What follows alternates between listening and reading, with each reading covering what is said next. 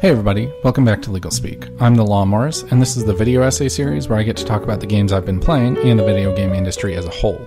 Today we'll be talking about the remakes and remasters. Before we get into all of that, I do just want to take a minute to remind everyone to check out our podcasts, HardReset, where we discuss video game news and video game related topics in a more freeform conversational format, and NoRefunds, the podcast that watches bad movies so you don't have to. You can find both of those on iTunes and YouTube. HardReset is also available on Spotify and iHeartRadio, and NoRefunds will be available in both of those places soon. You can also find everything we do all in one spot over at coldnorthpro.com. Now, remakes and remasters. Before we dive into whether or not remakes or remasters are good, let's nail down a definition of the terminology that's thrown around these types of games. There are lots of words thrown around pretty willy-nilly these days, and frankly, I get annoyed at people misusing the terms. So, for the purposes of this video, and hopefully as a public service announcement, here's a quick definition of the 4 terms commonly used and abused around this conversation. Remake.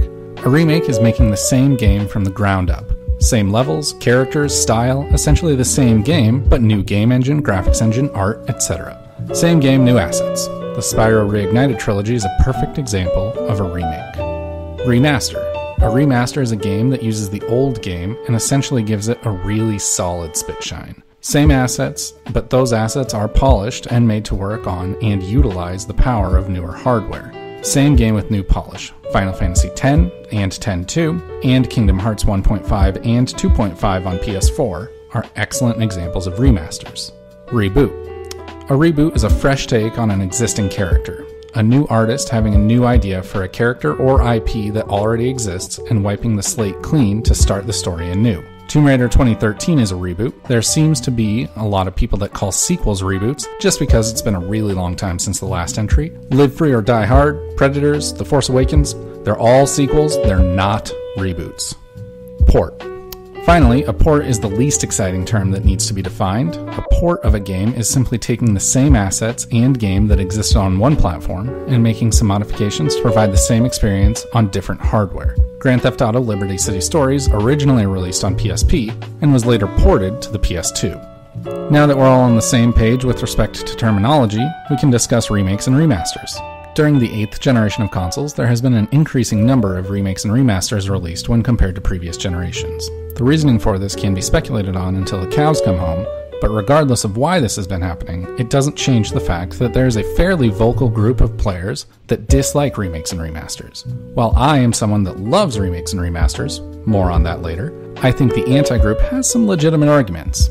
The main sticking point that the anti-group leans on is that remakes and remasters are consuming resources that could be used to make new games rather than remaking old games. Video games cost money to make, and good video games require talented developers. If publishers are spending money on and assigning talented developers to remakes and remasters, that leaves less money and fewer developers to work on new games, which in turn means fewer new games available to play. What lends this argument credence is that over the course of this generation, the AA segment of video games has almost entirely disappeared. There used to be small indie games, mid-tier games, and big-budget AAA games. In 2018, there are more AAA games than there ever have been, but the smaller budget games from major studios are nowhere to be found. Without the AA segment, we no longer get games like Chronicles of Riddick, Ratchet & Clank, or Indiana Jones and the Emperor's Tomb. Instead, we're getting more remakes and remasters than ever before. These games are sometimes also seen as blatant cash grabs. While I am definitely of the opinion that sometimes remakes and remasters are cash grabs, there are some people that are ready to call any remake or remaster a cash grab, and even go as far as to accuse developers and publishers of manipulating and withholding products to double dip on the same game. Early in the PS4's life, people were quick to accuse Sony of forcing Naughty Dog to build The Last of Us for PS3 and PS4 simultaneously, so they could stagger the release and sell multiple copies to the same players. Similar accusations were leveled against Rockstar, claiming Grand Theft Auto V was ready on PS4 much earlier than it was released, but held back so that people would buy the game on PS3, then eventually again on PS4. I personally am of the opinion that the people that make these claims are conspiracy theorists that are convinced the world is out to get them. And finally, some people dislike remakes and remasters simply because they force people to come to terms with the fact that they've romanticized games in their minds. I know people that have raved about Red Faction Guerrilla for years, but when the remastered edition was finally released earlier this year, that person was forced to face the fact that the game isn't that good, and he was misremembering it. Regardless of all of this, I am still of the opinion that remakes and remasters are not only a fun stroll down memory lane, but they're also very good for video games as a medium and the industry as a whole. One of the most daunting threats to video games as a medium is compatibility. Video games are relatively still in their infancy, and as a result, there's a mass organized effort to preserve them. We're finally just now getting to the point where software and hardware developers are starting to think about the past and what it will take to be able to run older games now and in the future, and conforming to universal standards. The PS4 and Xbox One both run on an x86 architecture, similar to the one that PCs have been running on for years. At this point, even a layman like myself are starting to expect next-generation consoles to be backwards compatible, and for that backwards compatibility to be a standard moving forward. Remaking and remastering games for the Xbox One and PS4 means those games and memories will be preserved for years to come. A great remake can trick the player into thinking they're playing the old version of the game. I still, from time to time, find myself thinking that I'm playing the older version of Halo 2 while I play Halo 2 Anniversary, and I press the button to change the graphics to the new style, only to realize I've been playing the new style all along, and the game is simply emulating my memories of how Halo 2 originally looked. That memory is worth preserving. Over the years, many great games have faced technical issues, and without an internet connection to patch in a fix, those issues have tainted an otherwise great game forever. The original Spyro the Dragon games have atrocious controls that have been immortalized on those discs and can never be fixed. The PS2 classic Shadow of the Colossus has always had framerate issues that stand out as an eyesore on an otherwise excellent game. And Skyrim famously had a terrible memory leak on the PS3 version, making it less and less playable the more you play the game, to the point that the game finally just crashes upon launch. The Spyro Reignited trilogy has resolved the control issues and made the game more comparable to contemporary games. The Shadow of the Colossus remake runs at a rock-solid 60 frames per second on PS4 Pro, and the memory leak is nowhere to be found in the PS4 version of Skyrim. Remakes and remasters allowed developers the chance to make minor fixes that greatly improve the overall experience of otherwise great games.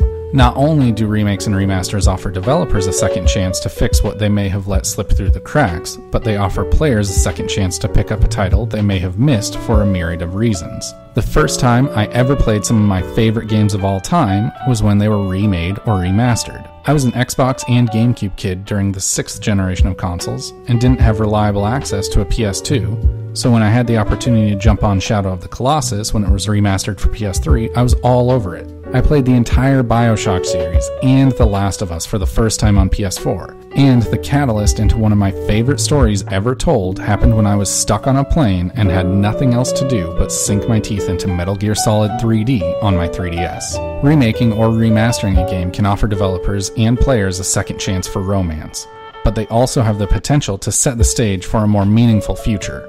After the Crash Bandicoot Insane trilogy, Spyro Reignited trilogy, and the recent announcement of the Crash Team Racing remake, I have little doubt that Vicarious Visions and Toys for Bob won't be trying their hand at picking up where Naughty Dog and Insomniac left off. Overall, some remakes and remasters are bad, but the same can be said for literally anything else. I appreciate the work that goes into remaking and modernizing some of my favorite games and allowing me to relive some of those experiences on more contemporary hardware. What are some of your favorite remakes or remasters? Which ones did you think were a disaster and never should have been made? And what games from yesteryear do you want to see get the anniversary treatment? Let me know in the comments down below. If you liked what you heard or read, make sure to subscribe for more videos like this, and check out coldnorthpro.com for everything we do all in one spot. This week on Hard Reset, we'll be discussing what games would have made the PlayStation Classic an insta-buy for us, and we made the mistake of watching Gotti recently, so we'll be discussing that on No Refunds. I'll be back next week talking about Just Cause 4, so until then, enjoy some remastered games.